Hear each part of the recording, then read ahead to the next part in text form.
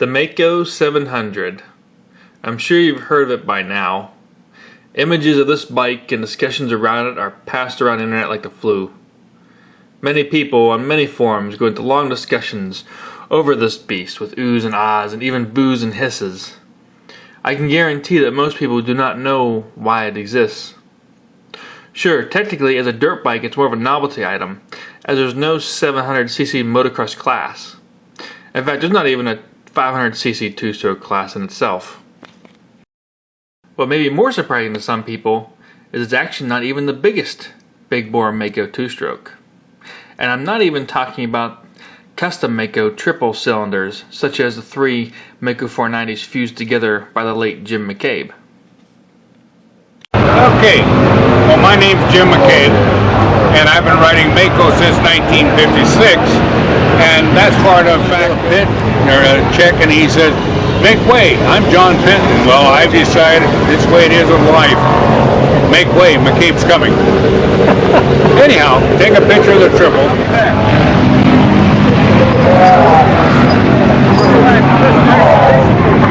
That is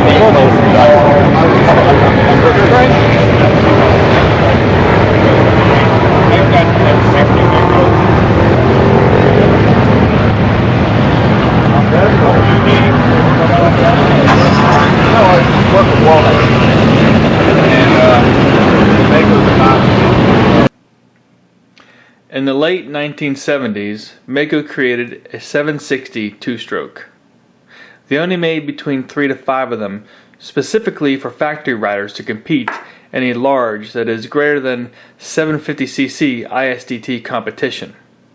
I'm not going to go into any further details on this in this documentary, as you can refer to Rick Super Hunky Seaman's article for further details, and the link will be in the description of this video. In 2004, ATK decided to import the Maico 500, 620, and 700, calling the 620 and 700 the Intimidator models. These are Maicos, though, and in an M-Star fashion, ATK grinds all the Maico labeling off the engine parts and changes the graphics and seat cover over to ATK. Just to be perfectly clear though, the 700 is actually a 685cc engine. Zabel, on the other hand, does make a true 700cc engine, and Maico International in the UK was also developing a true 700cc engine. However, ATK imports the Costler-made Maicos 685 from Germany and calls it a 700 Intimidator. ATK themselves will say these bikes are basically for the novelty. So why is there a Maico 700 or 685? Well, in order to find out the roots of the Maico 700, we need to go back in time to the year 1980.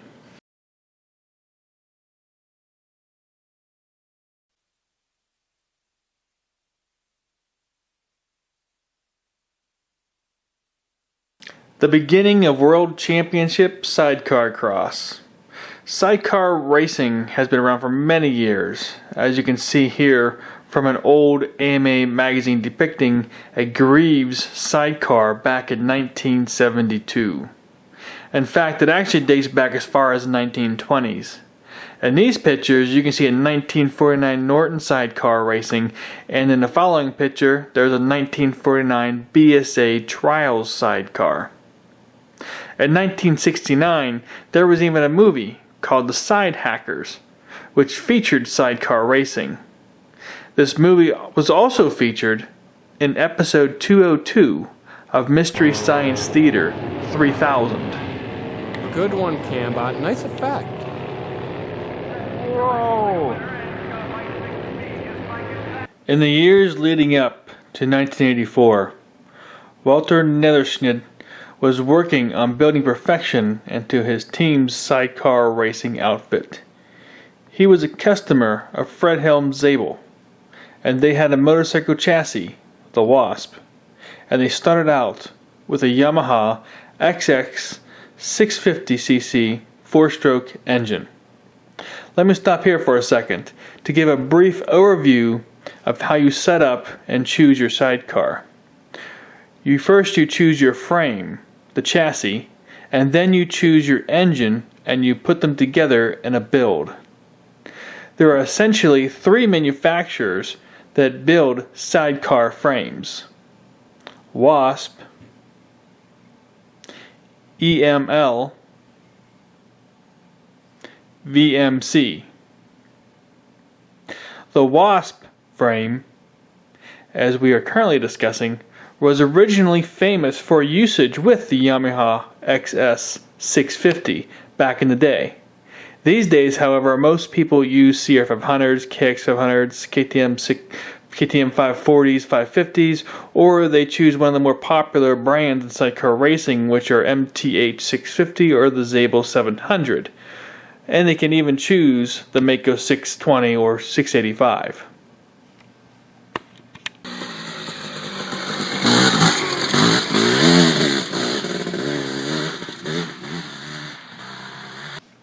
In these early years, Walter worked with Zabel to tune the Yamaha XX650. They ended up with a dual-cylinder 1000cc engine. This, however, was not enough because at the time, a few people were starting to experiment with two-strokes. They were lighter, smaller displacement, and they were faster. However, those who were using them were thought of as mavericks, and the majority rule at the time was still to use a large 4-stroke engine. Two-stroke users were considered to be the loners in the sport. Walter was noticing this trend, and for 1984, this is the direction he wanted to go. He received an engine from Otto Hermling, who operated the company along with Zabel. They then put the engines on a scale, the Yamaha engine against the Honda CR480, and they found the difference was 70 kilograms, or close to 170 pounds. He made the decision that this is the direction he wanted to take his racing team in 1984, and he was willing to do it alone if necessary. During this time, Friedhelm Zabel only dealt with 4-strokes. Zabel himself did not want to deal with the Honda 2-stroke engine at this time. The Honda, being a small air-cooled 480, only produced 55 horsepower, while the Yamaha produced 80 horsepower, so it was questionable whether this would work at all. However, during its first run, it proved to be more than adequate. The thing was towing trailers up long hills and lugging in deep sand. It also showcased the benefits of the lighter build during jumping, downhills, and curves. They lost a lot of weight, and several races and practices showed these amazing results. However, they also lost the explosive horsepower they had with the 4-stroke. However, the benefits were too much, and there was no turning back at this point. Unfortunately, neither Otto nor Walter had the experience to efficiently tune the engine. They made attempts at enhancements, such as having mal pistons forged, and modified the cylinder. However, this ended up as an expensive failure, as the pistons cost 400 to 500 Deutschmarks, and they ended up breaking due to incorrect piston clearance. They later learned they needed an almost extra millimeter of space for stability.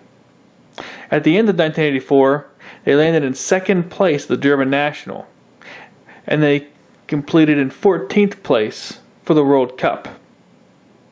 They took what they had learned, however, into 1985. Their success turned Zabel towards the idea of using 2-stroke engines. Zabel then approached Maico because he knew the Mace brothers personally.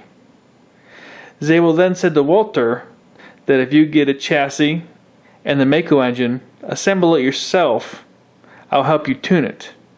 He also informed Walter of his relationship with the Mace brothers, who were also interested in this project.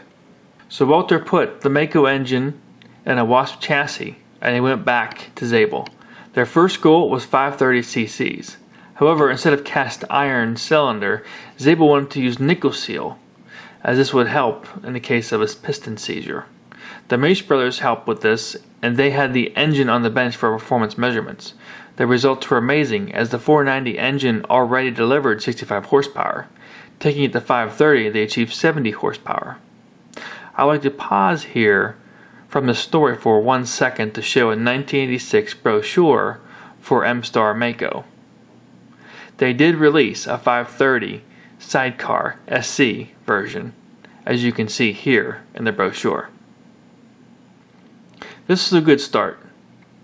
They did have some stability problems that they worked out over time, but once they were able to get the engine stable, they went from 530 to 570. They took this bike to the German Nationals and the World Sidecar Championships in 1985. They ended up as the overall German champions, but due to technical problems landed another 14th place in the World Cup.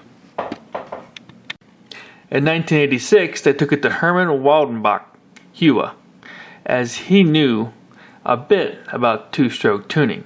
The exhaust was improved, for example, and the engine capacity was increased to 590cc. But they finally pushed it all the way to 610cc. This time in 1986, they reached 4th place in the World Cup and again were the German overall national champions. In 1987, it was clear. 4 strokes were a way of the past and 2 strokes were part of the future of the sport.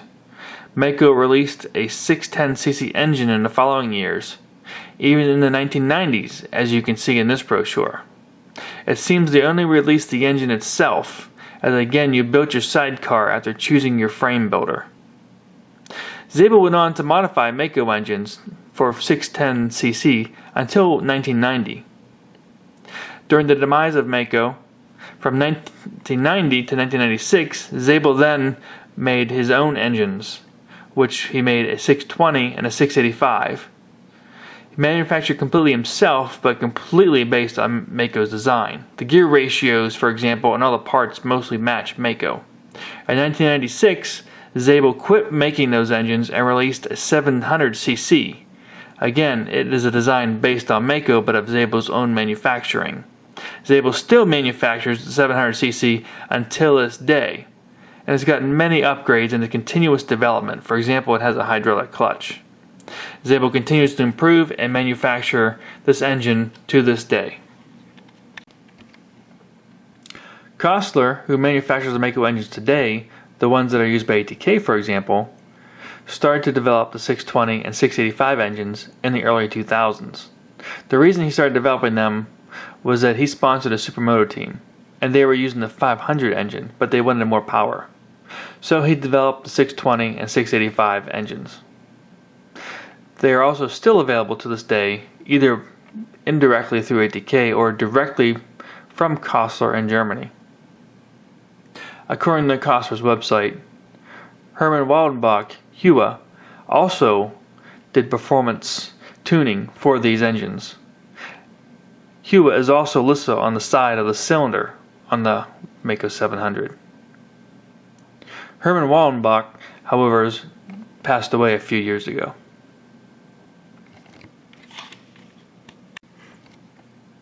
And that is the history of the Maico 700 and Zabel 700 engines.